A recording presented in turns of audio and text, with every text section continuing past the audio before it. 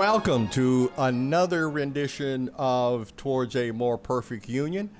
I'm Dr. Michael Walker-Jones, one of the hosts of our program, and I'd like to introduce our continuing panel with the acknowledgement that our dear friend Nick Remisong, who is our traditional announcer, is not here this morning because of a personal issue. But first, let me turn to our esteemed and illustrious representative from... We get both? Yes, we do. We get both. Wow. Today, Representative Jeff Roy from Franklin. Jeff, good morning. Good morning, Michael. It's great to be here with everyone, and so nice not to be cloistered in my bedroom on a Zoom call and to actually be in the company of such wonderful and esteemed and illustrious, and should I go on? No. No. Okay. Well, thank you. It's good to be here. It is important for us, too, to say that this is the first of one of our experiments. We are also coming to you via our television station today for the first time, that you're able to see us live. And we want to thank very much the crew and our technical folks, as well as the executive director, who will introduce our technical folks and our producers today, Mr. Peter J. Hello there, and happy to be here as always.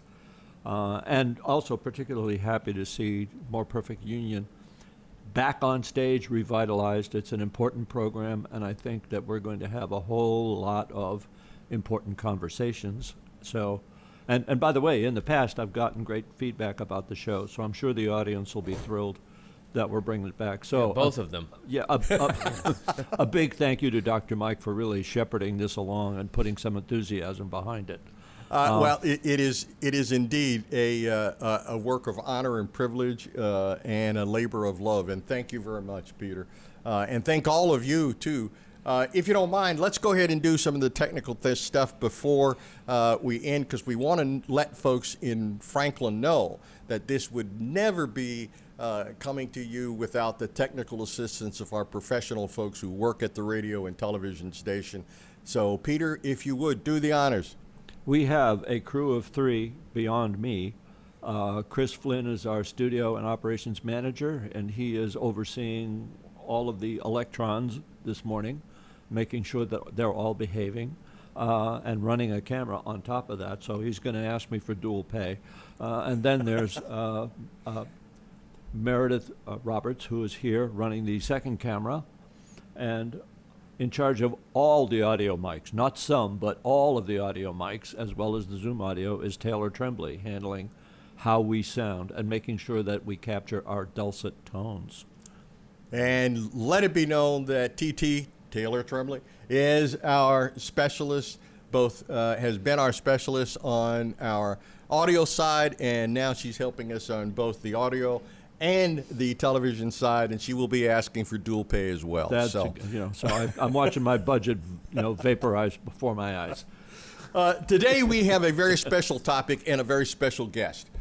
First, let me introduce the topic. We're going to be talking about diversity, equity, and inclusion. But before we get to that, let me introduce our guest.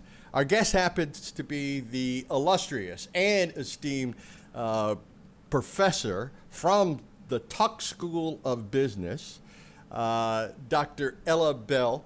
And Dr. Bell is a graduate of Case Western University, a university that is near and dear to my heart because I was accepted there in 1967 to go to architectural school.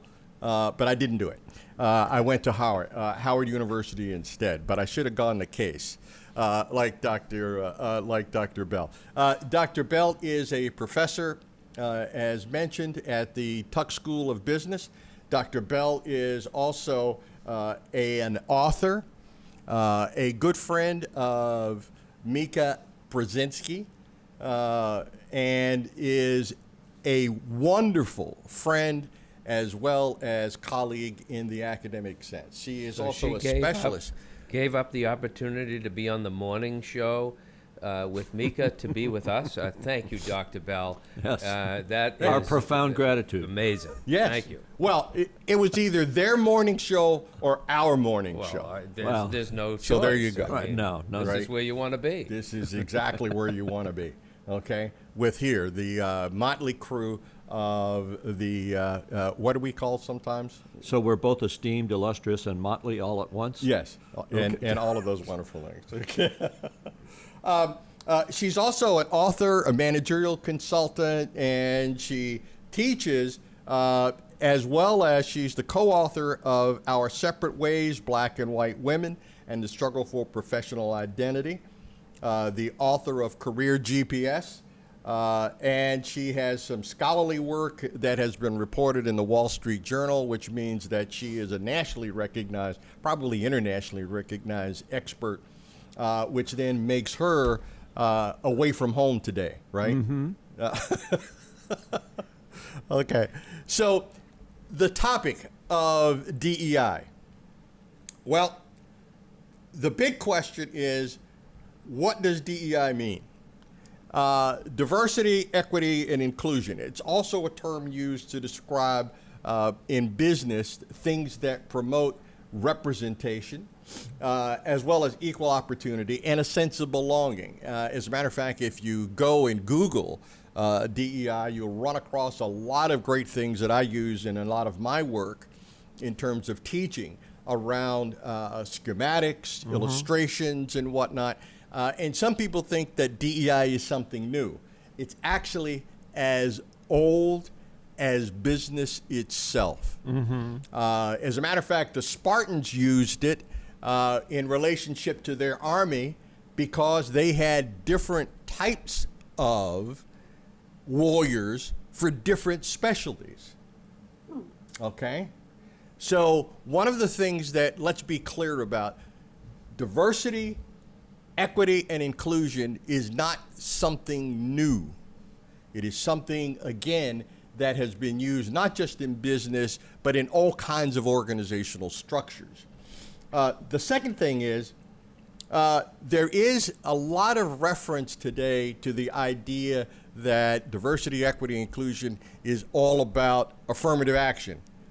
Again, since it's as old as organizations itself, it is not about affirmative action. However, diversity has been used by businesses in order to make sure that underrepresented groups as well as underrepresented thoughts are part of our organizational structure. Now, one of the things that I think is important for our listeners and our viewers to understand is that when we talk about diversity, one of the things that is constantly being missed is the idea of diversity of thought. For example, I happen to be an introvert. I know that may come as a surprise I'm to shocked, some of my so friends. shocked. I am so shocked. Okay. Objection. Yes. Jeff and I are looking at you askance. Sustained? Is that sustained? Yeah, Thank you. no, actually, that's overruled because it is. You don't have the gavel. See, now that's the important part. Most of us introverts never have the gavel. Right. Okay? Which is part of the whole idea in business, because if you're in a room of a lot of people who all have the gavel, okay, it's hard for us introverts to get a word in. However, the introvert, in terms of our thinking patterns, happen to be a group of folks whose opinions are actually well valued and important to the running of any business or organization. So when we talk about diversity, and I'm going to, again, turn it over to Dr. Bell in just a second, all right? When we talk about diversity, that's only one aspect of, again, this triad, if you will, of both equity and inclusion. But what I'm trying to point out is that none of them nationally or locally or within the scope of our politics have been properly defined. Neither do we as the general public sort of focus on the in-depth nature of this particular topic. So again, I'm glad to say that we have one of the national and internationally recognized experts in this area, and she joins us now. Oh, Welcome, Dr. Bell. I can talk now? Yes. Hi, everybody. Hello. I am just delighted to be with all of you today, this morning. Sir Michael, thank you so much for doing this work and for that great introduction. I want to gear it a different way, because I think it's important from an American, a USA context. Diversity, how we use it now, is very political. It's politicized, I guess is the right way to say it. Agreed. Diversity is an outgrowth in the United States as a result of affirmative action. It wasn't about thought, it wasn't about leadership style, it wasn't about some of the other aspects of diversity, whether you're introverted or extroverted, and all that's important. I'm not poo-pooing any of that at all. But given our history around inequality in this country, particularly for African Americans and for women, the reality of it is that diversity and inclusion and belonging and equity was an outgrowth of affirmative action, and allowing people who came from backgrounds where there were limited opportunities, limited numbers, give them an opportunity to enter the workforce and succeed. We have veterans as a part of that group as well. It's not necessarily black or white. It is about people, all people who have not had the opportunity. One of the things that gets overlooked is the issue of class.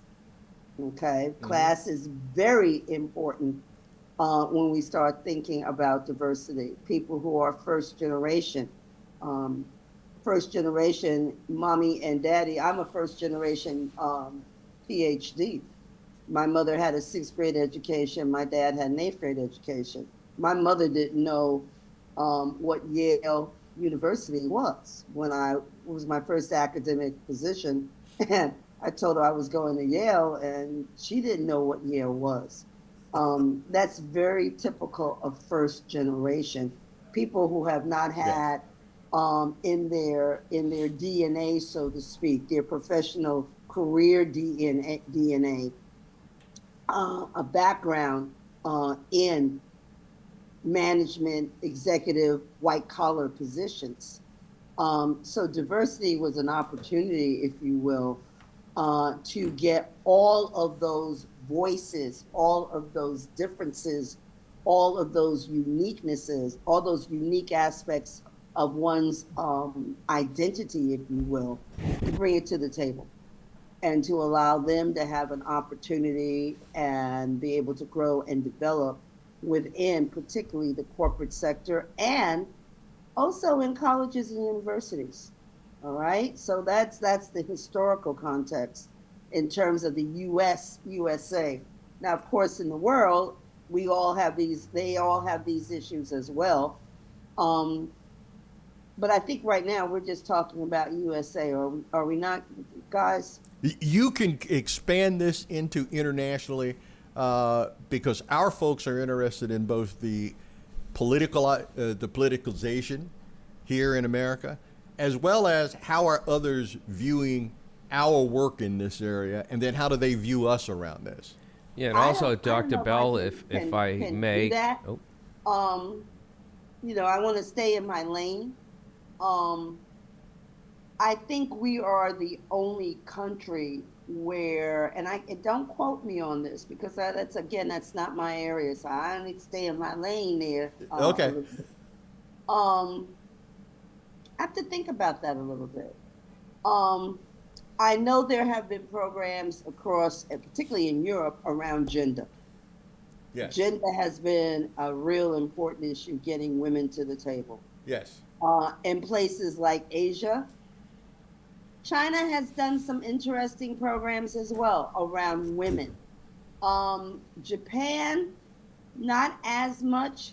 They're trying to do some things, but it's not as progressive as it is in other parts of Asia. In other parts of Asia, they are doing work in the gender side of it. In Europe, it is gender. I'm not sure if they're doing immigrant because don't forget, every country changes in terms of what the issue, who's the outsider, who are the outside groups. And in Europe, particularly France, England, Germany, there will be immigrant groups coming in from both Asia and Africa. So I'm not sure what those programs look like and, you know, if they see a need. I know they look at America and they understand, given our history around slavery, they will look at us and say, well, yeah, you guys have to do that, given our history. They have a very different history. They have colonization. So the reality of it is I'm not sure how they view it and how they structure it. Yeah, Jeff had a question for you. You had begun to talk about in American history how veterans were part of early DEI efforts, and I don't think a lot of folks are aware of that. Could you expand on that and tell us how that came to be? That's an important group, and it often gets overlooked because I think we assume that veterans, you know, they are women too, and people of color. Let's get clear about that. When we think of veterans, we often think of white men. And they're a part of this equation, an important part of this equation in terms of us having workforces that are equal. Veterans come in because oftentimes they've done amazing sacrifice and service to our country, might not have a college degree, and, you know, need an opportunity to, after they have sacrificed, to be able to, you know, get in their lane around developing their careers and being able to use their voices in the corporate world as well, in the private sector world as well. And we often don't think of veterans as a part of this group. You're absolutely right, but they are. Very much so. We do a minority entrepreneur program at Tuck. It's the oldest in the country, and veterans are a part of that. Very, very much so. We also don't think about Native Americans. That's another group that, you know, we think that DE&I is all about black and white. It is not about black and white. It is just as diverse in terms of all groups that have not had access.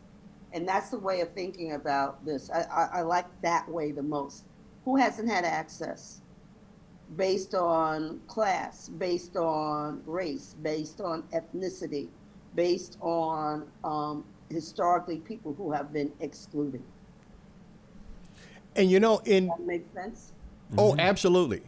And one of the areas that I guess in my teachings, because I happen to deal with organizational development in terms of interpersonal relationships, personalities, and behaviors.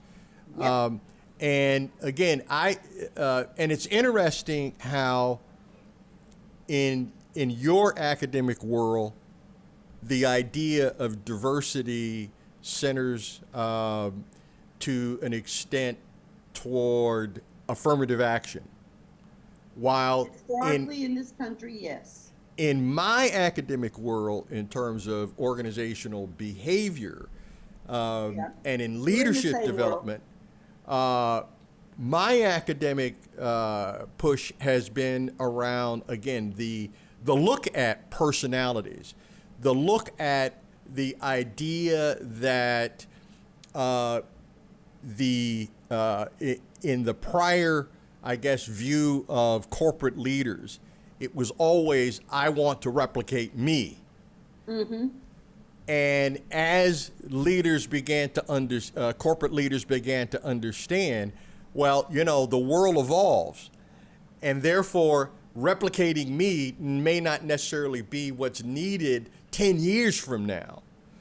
So as folks like me from the academic world started to consult with these folks, we then started to look at personality, things like conflict resolution, things like interpersonal relationships, sort of the whole decision-making structure of hierarchy, which then started to lead into the use of not only a chain of command, but does that chain of command end up in a silo, or is it more broad, etc. So it's interesting how, especially as veterans became more and more involved in the sort of leadership structure, that the whole idea that we want to bring in people who understand how a hierarchy works also leads to the idea that we want diversity of thought and we want diversity of personality.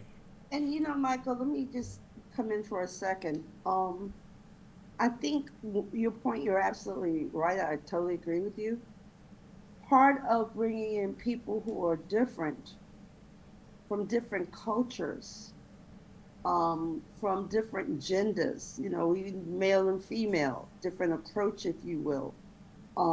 Part of that is different ways of how we view the problem, how we tackle the problems. Yes. What I call our spice. We all have a different kind of spice.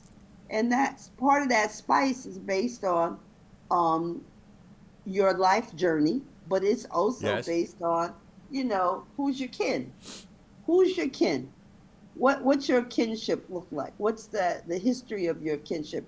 What group do you belong to? And people call that tribalism often, but the reality of it is it leaves a very big imprint on who we are, how we approach problems and decision making. Yes. How we use our voice. Okay, what leadership style we have. You can't make broad generalizations, but we are all imprinted with some of that.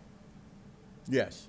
And when you look at a corporation, their client and their marketing, who are you selling your product to? Yes. The more diversity you have in thought and in background and all of that, if you will, the better you're going to do a marketing plan to reach out to multiple groups. Absolutely. Absolutely. And we forget this is a business issue. This is not, I want to make you feel good and, this is making up for all the, oppression in the world. No, this is a business issue. Who am I selling my product to? Yes. Who do I want to buy my product? And what do I have to do? Yes.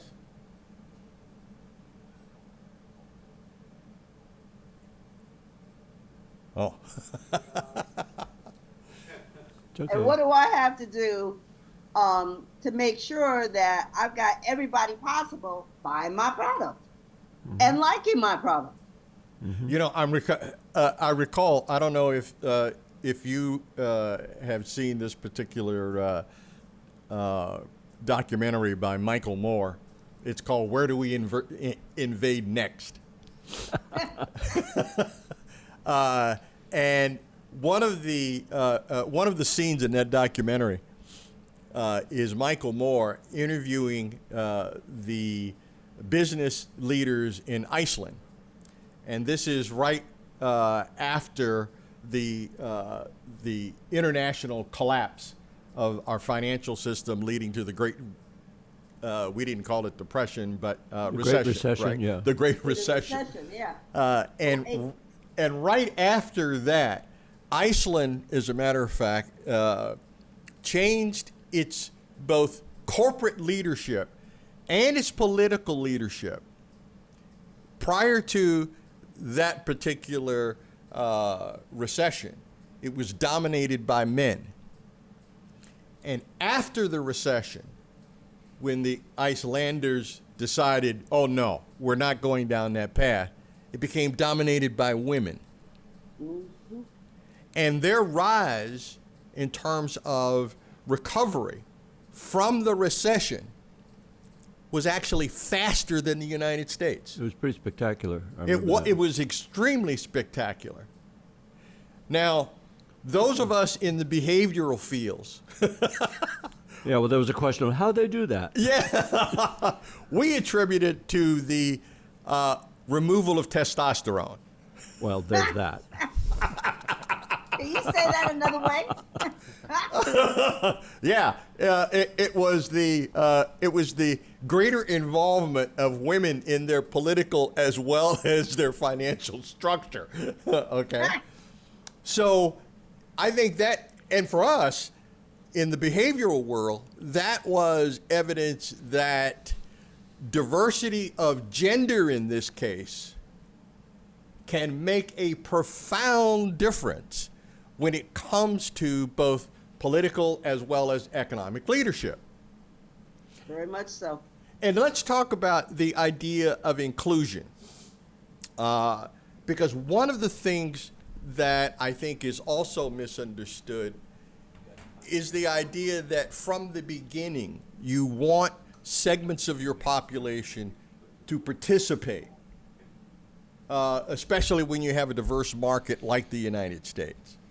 So, Dr. Bell, can you give us a little bit of your insights in terms of your world and your relationship with businesses when it comes to their particular approach to the idea of inclusion?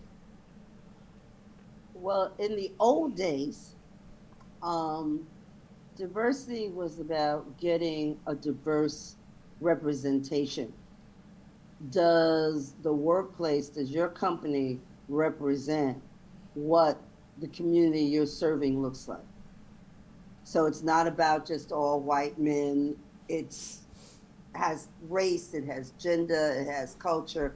It's a representation because that's where you want your products, your customer base, if you will. Inclusion is how you create the social fabric where everybody feels that, to use your earlier word, they have skin in the game.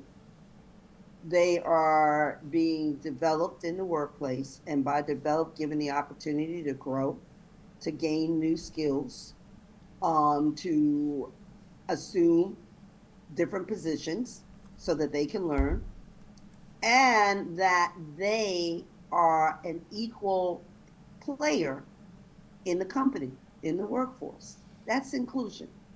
What we saw historically was that you could hire a very diverse population. You could bring in, let me give a specific example. You could bring in women, particularly white women, and there's a difference between what happens in the journey of white career women and African American career women or Hispanic women. You can bring in white women into the company, but if you don't develop them for senior positions, if you don't give them proper performance review, if you don't give them career ladders to be able to ascend, then they're not going anywhere. And what we saw and what the research shows is that women didn't stay. It was a revolving door. You hire, yeah, we're all for diversity, but you're not doing anything once people who are diverse get in the door to give them the opportunity to succeed. So now you have inclusion. So you've gone from affirmative action, which in the old days was, oh, you've got to do this, to, okay, we're going to do away with that framework and we want diversity. So we get people in the door, but we're not developing the people. And what we're seeing, the women are leaving, African Americans are leaving, Hispanics are coming in low numbers, but they're not staying either. And guess what? We're spending a whole lot of money and we're not seeing the fruit of the money we're spending.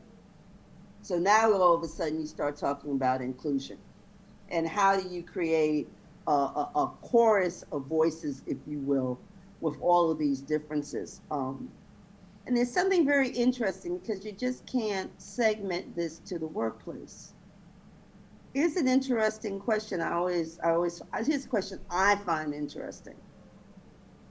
In this country, how many people live in diverse communities? And if they do live in diverse communities, how do they fraternize with each other? On Sunday morning, who do you see at your church? What does that look like? Where do you see people in terms of in schools? Are schools thoroughly integrated? If you don't come from if we in our society, if we don't live a truly integrated life with other groups of people, it's really hard to expect companies to be able to make that happen. And I think companies get in a situation where, you know, you're trying to create societal justice, if you will, and I don't know if that's just the company's responsibility as well. So my point is simply this: while the workplace has, you know, taken the charge, and our educational systems to some degree, the reality of it is, you know, trying to get inclusion. How many of us live an inclusive lifestyle once we get outside of work? So just a little sidebar. I'm interested about what you guys think about that. You know, that's a great question. And it's one that here at the Senior Center in Franklin, we have two discussion groups, one that meets on Thursday mornings and one that meets on Friday mornings. And these two discussion groups have what I would call diversity of trends, but not necessarily diversity of thought, because we're all coming out of the same pot. Even though they may not see it that way, from my sort of academic sense, okay, I picked this up, but not necessarily participants of the group. We happen to have one of the leaders of our Thursday group who has joined us today, and I'm going to actually throw that question at him to sort of ask him as a person who has sort of, again, a very well-grounded perspective about our community. What's your thought about that? I mean, here we are in Franklin, and are we in a either inclusive or diverse community here in Franklin, in your perspective? One of the things I'd like to also just chime in here as well, because Matt Ravendro, the person you're talking about, you know, he and I have had many discussions, very good discussions, by the way. And one of the things, and I've told Matt this, that I really respect his thinking, because he tends to trace things to his interpretation of the Constitution, and he puts a lot of reason behind what he says. Yes. So it's not like, you know, we're just listening to some opposing view that has no grounding. You know, he's thoughtful. And so for that, I'm really glad that Matt was able to join us today.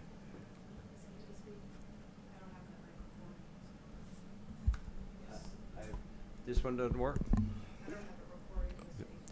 I appreciate the opportunity. I'm not really prepared to address it in a major way today. I usually plan ahead on these kinds of things. Oh, that's a But fault, but that's okay. We'll overlook that.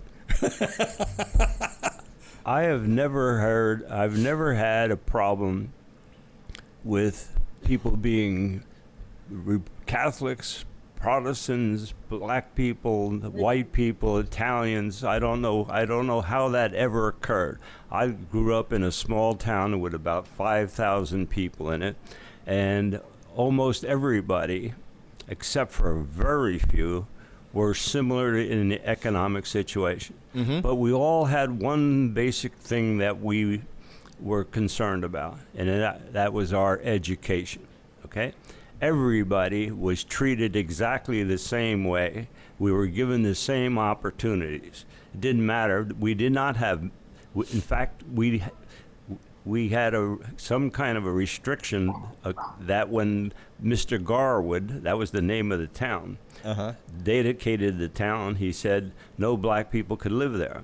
Well, where I lived, the next town was right next door, and the whole bunch of black people. I used to play with them all day long. I didn't know they were black people. I'm an Italian. At the same time, people used to think Italians were not good people, right? Right. The mafia was popular around. So I've never had that kind of a problem. In fact, one of the first plants I ran was pretty much 90% black people, all right? It didn't make a damn difference to me at 8 or 10 o'clock at night or 12 o'clock at night. My plant run 24 hours, 7 days a week, right? Right. If something broke down, I went and fixed it. And that was in Jersey City, New Jersey. And if you're familiar with Jersey City, Yes. I was probably the only white guy in 30 miles. And I never thought about it. Right. All right? So I think our education system has, as you know, I'm very disappointed on how it's working. Unfortunately, my meeting is going to start right on the other side. And it's open to anybody if you like to shout. And it's open discussion, period. So I don't know if I've contributed anything Yes, you to have. this, but If you Yeah, have. yes, you have. I appreciate the opportunity. Well, thank you, Matt. And we appreciate your being here. And, it's interesting, too, that Matt brings up something that I know I will share in, which is a perspective. And I don't know whether or not this is something that is unique to my age group. I don't know. But I'm going to throw this question out because Matt brings up something that I can definitely relate to.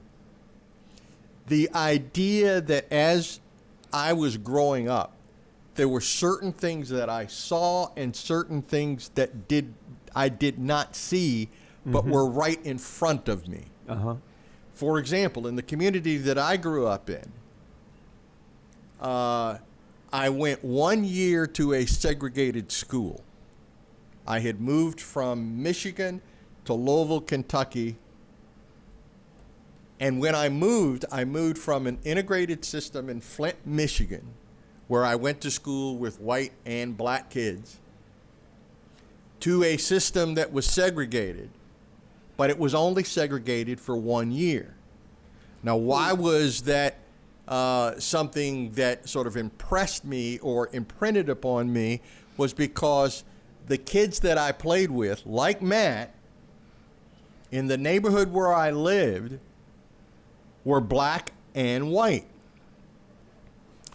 We knew that we went to separate schools, did not know the true reason why, other than at third grade, we were all excited because we were all going to the same school, which we found to be absolutely wonderful since we played together on the playgrounds and in our neighborhoods and in our black backyards because we all lived side by side. And for us, it was not a transition of anything other than change of environment and a togetherness. So the school became an extension of what you already knew socially outside of school. Absolutely. Can I make one last comment and then I've got to get out of here? I don't think our founding fathers intended for us to be separated by race or by any other way. They intended, but they didn't know how to handle it, and that's why they made some effort to at least count black people into the voting system, okay? And we've lost that kind of concept at the moment. I don't know how we're ever going to settle it at the moment. The way our political parties are so out, the ends of each party is the ones making the conversations now. And that's not the way they intended it. That's why we have 3 sections of Congress. I got to go. Thank you very Thank much. you, Thanks, Matt. If you have time, Thank you for step by. coming. Thanks. And there is this idea that, as Matt is pointing out, and as Dr. Bell has so eloquently put, the idea of diversity actually stems from the concept of going back to what do we owe those we have excluded. And I think Matt's reference to the Constitution, was an attempt to recognize that we have this group in our country, but we don't know what to do with this whole concept of slavery. So there were political as well as economic compromises that were made. I may not necessarily like those compromises or the way that they put them together, but they tried. And that's what this program, for example, Towards a More Perfect Union is right. Because if there are any words in the Constitution that I thoroughly think they intended for future generations to key on, are these words: towards a more perfect union. And Michael, I want to take off on that. You may not have liked what happened in the original framing of the document, but if they did not make that compromise, we might not have the union that we have today.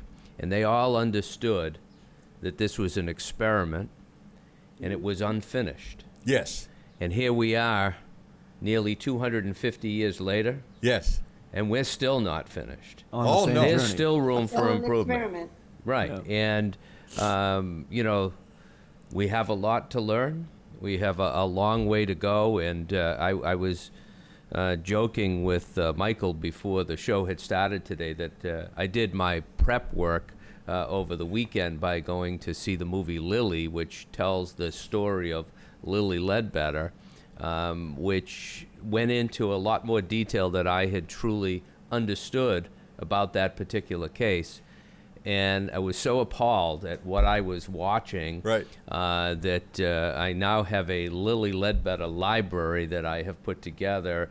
And, I always loved Ruth Bader Ginsburg, but I love her even more because she felt that her dissent in that case was probably the most important work she did as a jurist. And it just keeps pinpointing for us that we have to continue improving Yes. and keep building this pyramid that we are erecting. I don't know that we'll ever cap it because each time I think we've made it, we elect a wrong person in the White House, and that's a way to segue because we've been talking about what DEI is all about. In the best sense, in right. the best sense. Now we're beginning to see it unravel. That's and because there of the is fact criticism. that it's been weighted with baggage Right. of people who are dedicated to othering. Right. So That's a very important concept. How do we prevent this unraveling? And I think that's why I wanted you to talk earlier about this was a program that was helping veterans, and I don't think people understood that. How do we stop this further unraveling of a very important piece of our coming together as a union? It's called midterms. It's always unraveling. What you're calling DE&I call race work. It could be race, gender, and class work. Yes. The pendulum always swings back and forth. You had a period where Johnson, I wouldn't be where I am today if it wasn't for Lyndon B. Johnson, because he signed all the paperwork and made resources available so that I could go to college.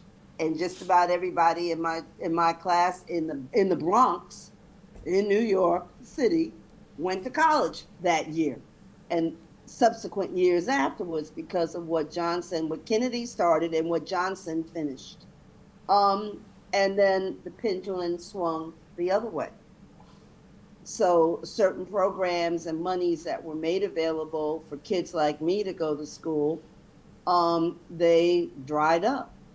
And you didn't see the progression. You have current civil rights, the March on Selma and all of that. I mean, when you see how the pendulum, there are periods when things change and open up. After George Floyd, who would think that we would be in this position? Because everything, for the first time in the civil rights movement, there were international protests. Not just Yes. protests in this country. There was international protest about police brutality towards blacks, particularly black men and women. But the reality of it is, look where we are today. The pendulum around this work has always swung back and forth, although it is at a point of extreme that is absolutely heartbreaking today. And you know, And- that's one of the things too, Dr. Bell, that seems to me to be very important, not only around the work that you're doing, but about the perspective that you're sharing with us.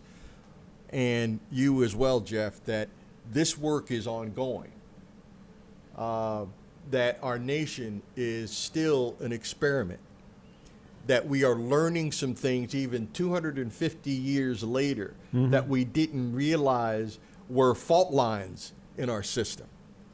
And all along that particular pathway, and here's something that I happen to truly believe in, which is that all along that pathway, the real stabilizing force in this country is the one that seems to be rising to the top now, which is our legal system.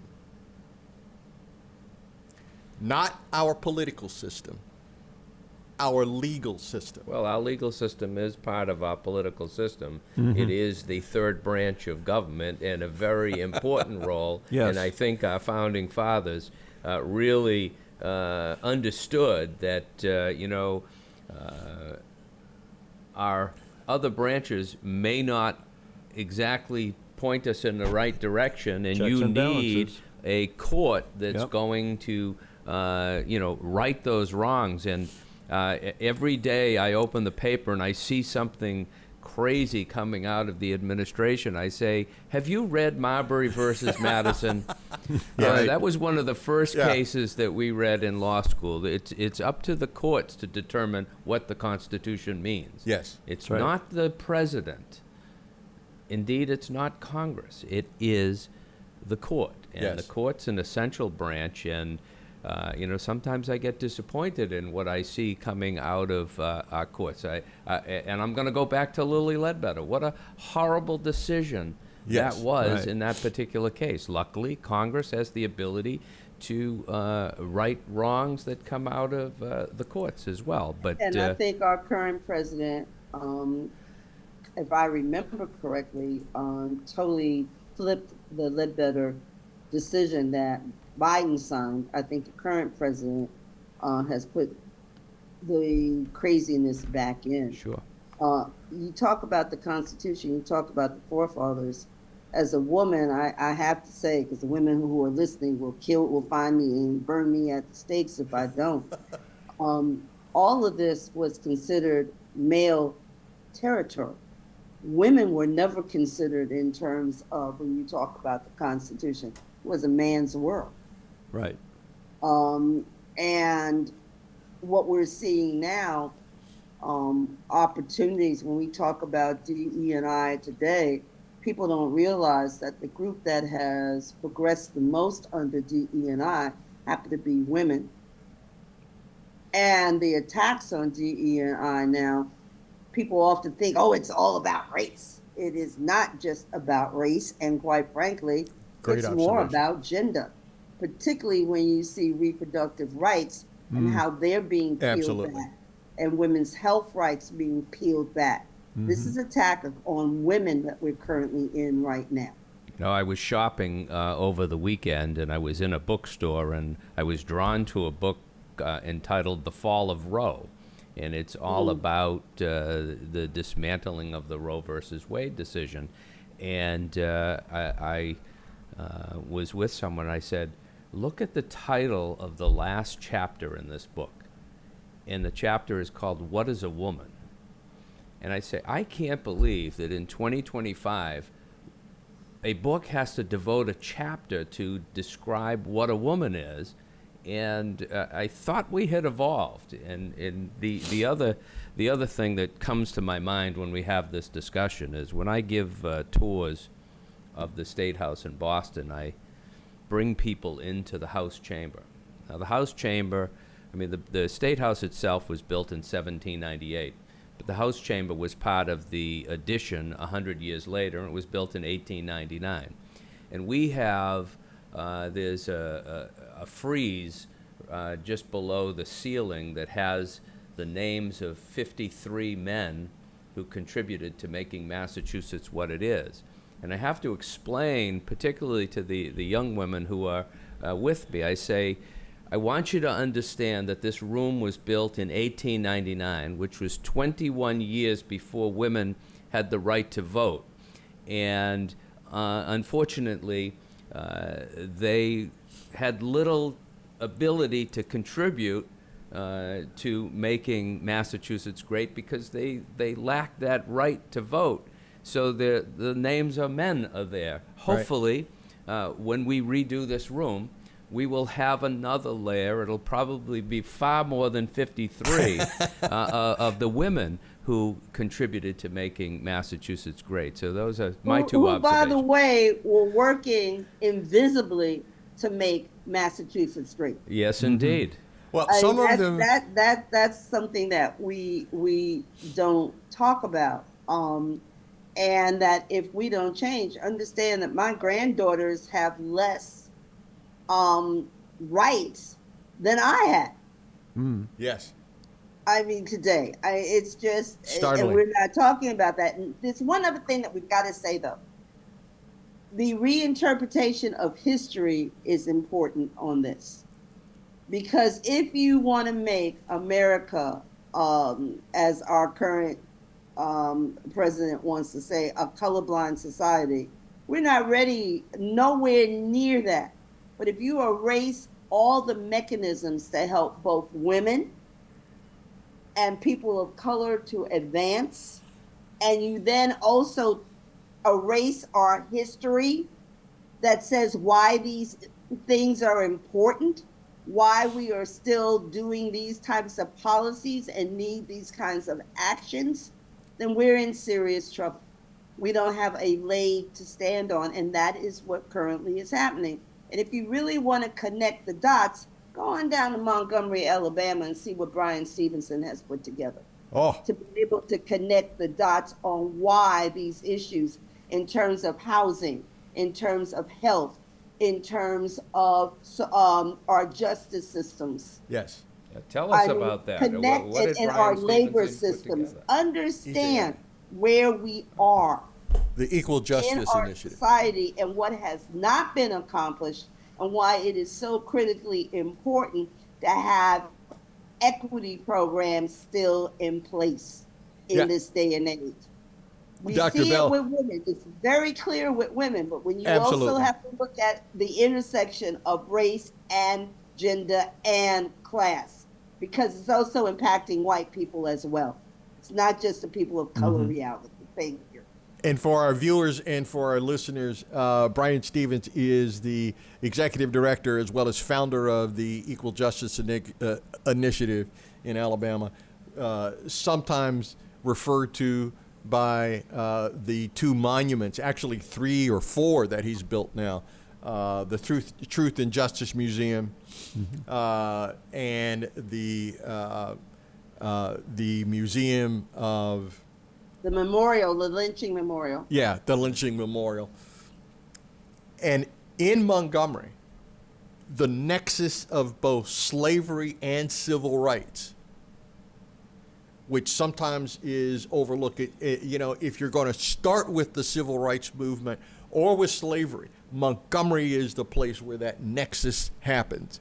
And Dr. Bell brings up a very excellent point in terms of those of you who haven't had a chance yet to visit Montgomery. It's a great journey, and it's a wonderful historical journey for American history. And it's important, too, to realize that some of those pieces are being dismantled. But I think it's impossible at this point to destroy it all. But it is possible to harm them. And it's also important, too, to realize, for example, Abigail Adams. This country would not be what it is today without the influence of Abigail Adams on her husband. And in some places, as a matter of fact, it is theorized that actually she was the one who helped to create at least some of the perspective and policies that made Massachusetts as well as this country great. And As our audience member pointed out, it was Abigail Adams that wrote to her husband to admonish him to remember the ladies. yes, and I love that line in Hamilton, the play, when they talk about wait till the second edition. Michael, if you're going to talk about Hamilton, you need to sing it. Hey, hey, hey, Got hey, a rap. hey, He's got a hey. rap, not sing. That's the He's best got a I can rap, do. guys. Well, listen, I think we have come to a nexus in our program. I believe we have not only informed and hopefully educated and hopefully entertained those of you. Any closing remarks, Dr. Bell, from you? And thank you so much again for your participation, for your knowledge, and for your expertise in sharing that with us today. I'm going to walk away feeling more smarter. We're all smart in this room. The thing is that's so frustrating right now is that we don't have answers. I think we all come from the generation where, we grew up and we interacted with each other to some degree. We benefited from the policies and laws that we could go as far as we could go, and some of us went pretty far. I'm an example of that. But the reality of it is we've got a society right now that is changing quickly around those same paths that were open for us to succeed are quickly closing. So, at this stage of our lives, we've got to still use our voices for the generations behind us so that they will have the opportunities, they will have the chances. Our grandchildren will be able to do and live a life where they can, use all their talents and all their gifts, no matter what they look like, no matter what gender they are. We've got to make sure that, we continue to push forward and not just be silent during this period.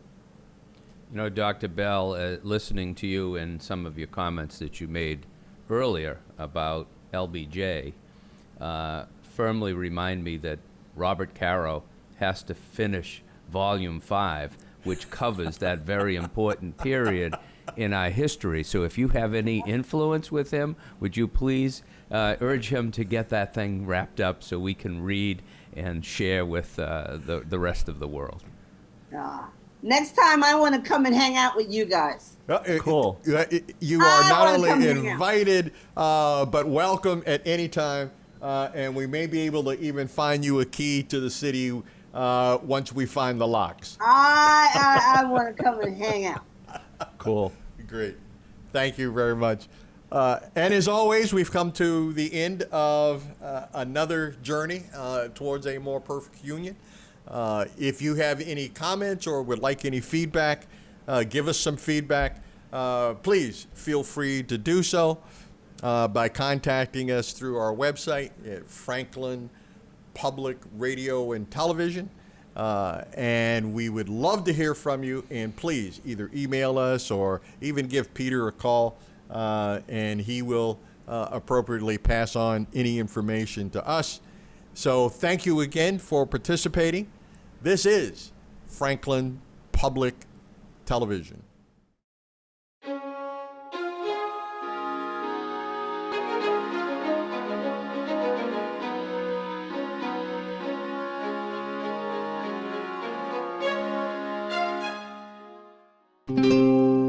This program was made possible by your Franklin friends and neighbors.